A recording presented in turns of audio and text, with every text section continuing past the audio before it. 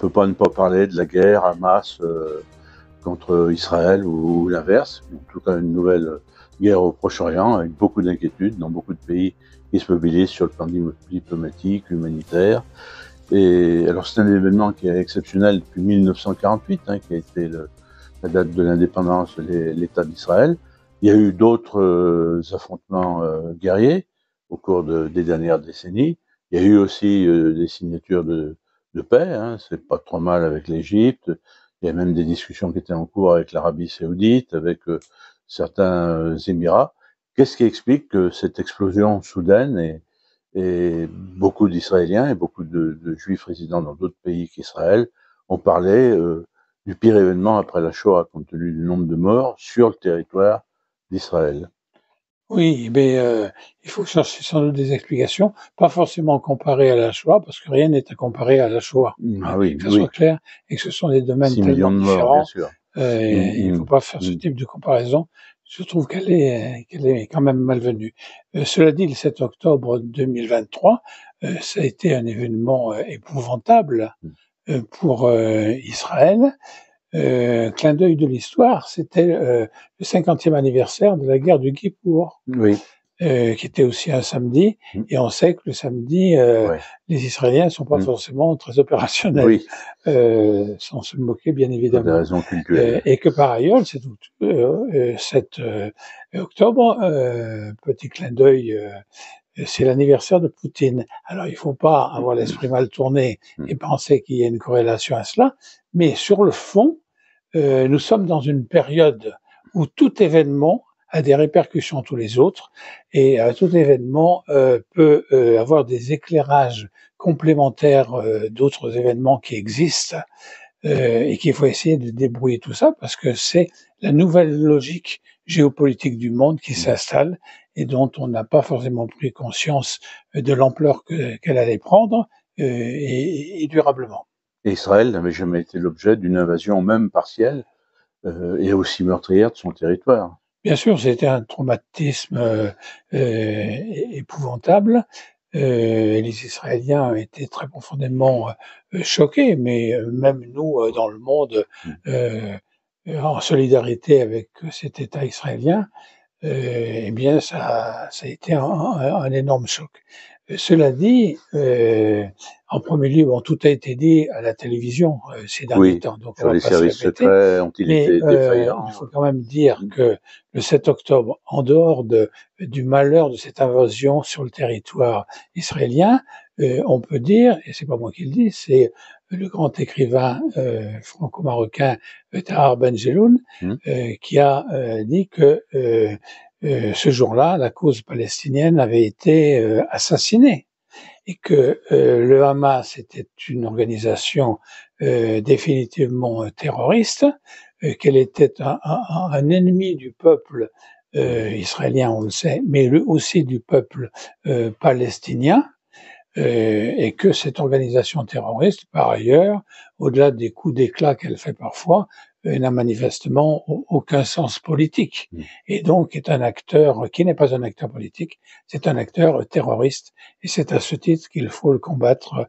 sans faiblesse, et définitivement. Alors, dans les commentaires, vous avez sûrement entendu, certains mettent en cause et les services secrets qui jusque-là avaient été classés parmi les meilleurs du monde, ceux du Mossad, et l'armée israélienne elle-même, qui avait gagné des guerres comme celle des 6 jours, qui ne se présentaient pas forcément très bien dès le début. Oui, il y a eu une conjoncture, mais ça, rétrospectivement, on peut pas dire si on avait su, on n'aurait pas fait comme ça. Il y a eu effectivement des erreurs qui ont été faites, des faiblesses qui n'ont pas été compensées. Tout ça a été analysé dans les médias. Il y va très profondément de la responsabilité de Benjamin Netanyahou, mais en premier lieu, c'est quand même la démarche criminelle et terroriste du Hamas qu'il faut mettre sur les feux de la lampe pour bien neutraliser cette organisation-là. Alors, les Israéliens semblent avoir une stratégie maintenant pour anéantir définitivement cette organisation terroriste. Je pense que sur le fond, c'est la bonne analyse. sur les modalités, on sait très bien que ça va être extrêmement difficile et on voit déjà maintenant les problèmes que ça pose par rapport à cette population palestinienne qui elle aussi fait les frais de cette situation. Cela dit, il faut aussi rappeler que cette population palestinienne, elle continue à soutenir le Hamas et qu'effectivement, Oui, c'est dans ce sens que la remarque de Tahar Ben-Jelloun, le Hamas est un ennemi du peuple palestinien, est tout à fait de circonstance. Et on ne peut pas faire de procès d'intention à Tahar Ben-Jelloun quand il mentionne cette vérité première. En Israël, il y a longtemps qu'il n'y avait pas eu un gouvernement qui avait été aussi contesté de samedi en samedi, enfin, en tout cas de fin de semaine en fin de semaine. Il y avait des milliers de manifestants qui protestaient contre la réforme de la justice, pour ne prendre qu'un dossier, ou l'alliance avec des partis d'extrême droite juifs orthodoxes. Oui, il y a effectivement le contexte politique interne à l'État d'Israël et à sa société, et on sait très bien que ça a joué un rôle, et la position des intégristes Juifs, juifs, intégrés, parce qu'il y en a aussi, bien sûr, qui d'ailleurs ne font pas leur service militaire. Oui, qui ont fait se fourvoyer cet État de manière très très grave. Et très dangereuse. Donc il y a eu des responsabilités à différents niveaux. Rétrospectivement, on peut les analyser maintenant, et c'est ce que font les médias. Oui. Mais c'est vrai que le Mossad, plus grand service de renseignement au monde, Tsahal, meilleure armée du monde à son niveau, par rapport à sa situation et à sa population. particulière, eh bien, cette entité israélienne n'a pas vu venir d'autres fragilités. Et vous savez très bien que on perd des batailles parce qu'on a mal posé le problème à se défendre. Rappelez-vous la ligne Maginot, ils ne passeront pas. Ben si, ils sont passés au nord par les Ardennes et la Belgique à la veille de la Deuxième Guerre mondiale. Et donc là, pour Israël, c'est ce que j'appelle le syndrome de la fourmi, puisque ce sont des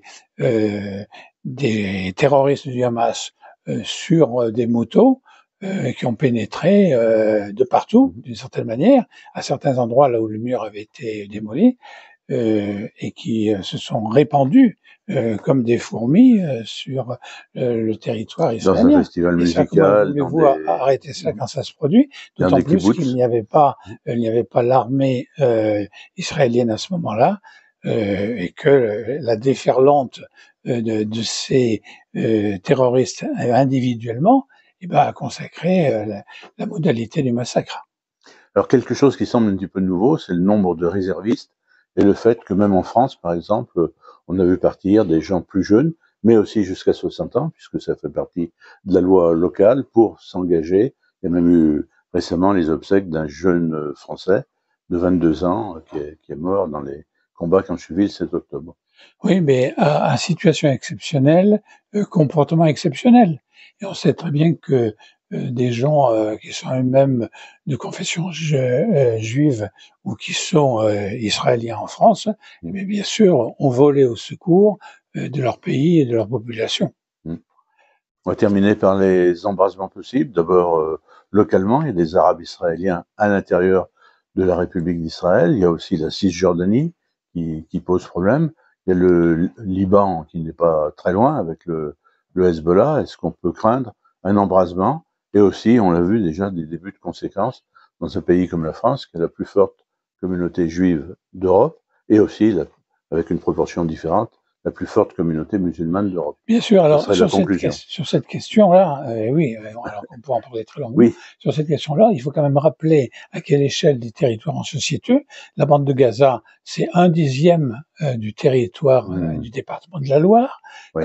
La Cisjordanie, c'est un peu plus grand que le département de la Loire, et que Israël, c'est guère plus grand que 4 fois ou 5 fois le département de la Loire. Alors effectivement, vous mentionnez les incidences géopolitiques à toutes les échelles qui peuvent se poser. Effectivement, c'est un contexte où le Hamas veut généraliser la conflictualité à toutes les échelles, bien sûr, en Jordanie d'une part, ensuite au nord du Liban avec le Hezbollah, ensuite dans l'auréole de tout le Proche-Orient, Syrie comprise, Irak, Jordanie, dans une autre auréole, l'Iran bien évidemment, et puis à mobiliser tous les musulmans du monde. On peut poser le problème comme ça. Et quand on sait aujourd'hui la puissance des images, on se rend compte à quel point cela peut prendre une ampleur considérable qu'on ne pourra plus maîtriser. Et dans ce contexte-là,